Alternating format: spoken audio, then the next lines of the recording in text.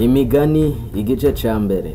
Imigani ya Salomo mwene Dawidi umwami w'Abisirayeli yo kumenya ubwenge bo n'inyigisho, gutegera amajambo yo gutahura, kwigishwa gukora ibiroranye mu bwenge, mu kugororoka, mu kwitegereza neza no mu gutunganya, no guhimbura bwenge kwiguranura, n'umusore kumuha ukumenya no kugira amakenga, kugira ngo umunyabwenge yunguke ubwenge, kandi ngo umuntu w'umuhanga ashike ku kwemera inama nziza, no kugutahura umugani n'ikigereranyo n'amajambo y'abanyabwenge n'ubupfindo bwabo bapfinda.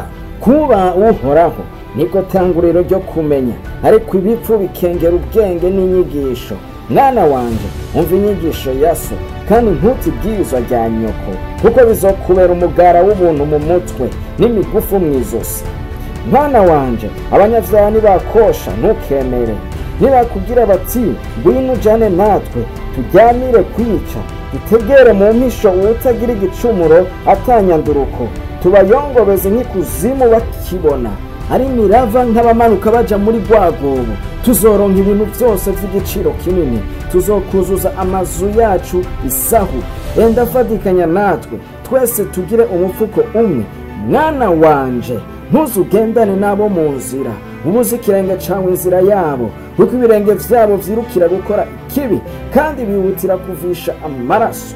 Kuko umutego utegegwa ubusa ikiguruka cose iyo kibibona, kandi abo baryamira kuvisha yabo maraso bategera mu misho ubwabo bugingo. Ukuntu kw'inzira zimeze z'umuntu wese w'ikirara ku inyungu ikuraho ubugingo bwa banyeneyo.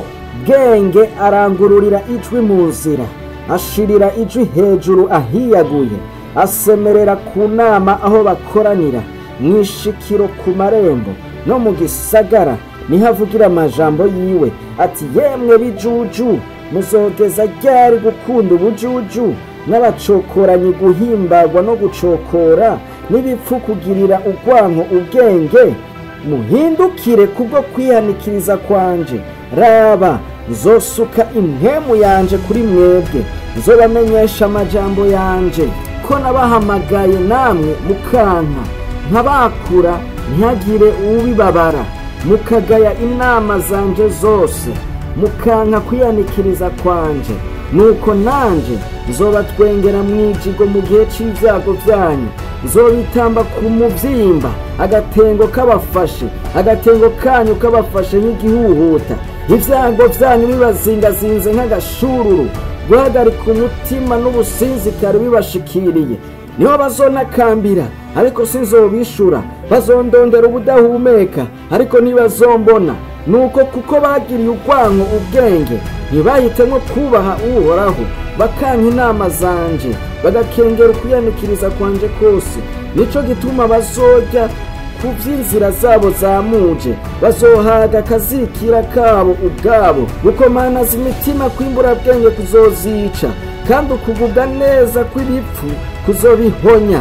Ariko uwunega ugutwi wese azoba amahoro, azokwama atekereje, ata kibi atinya. Amen.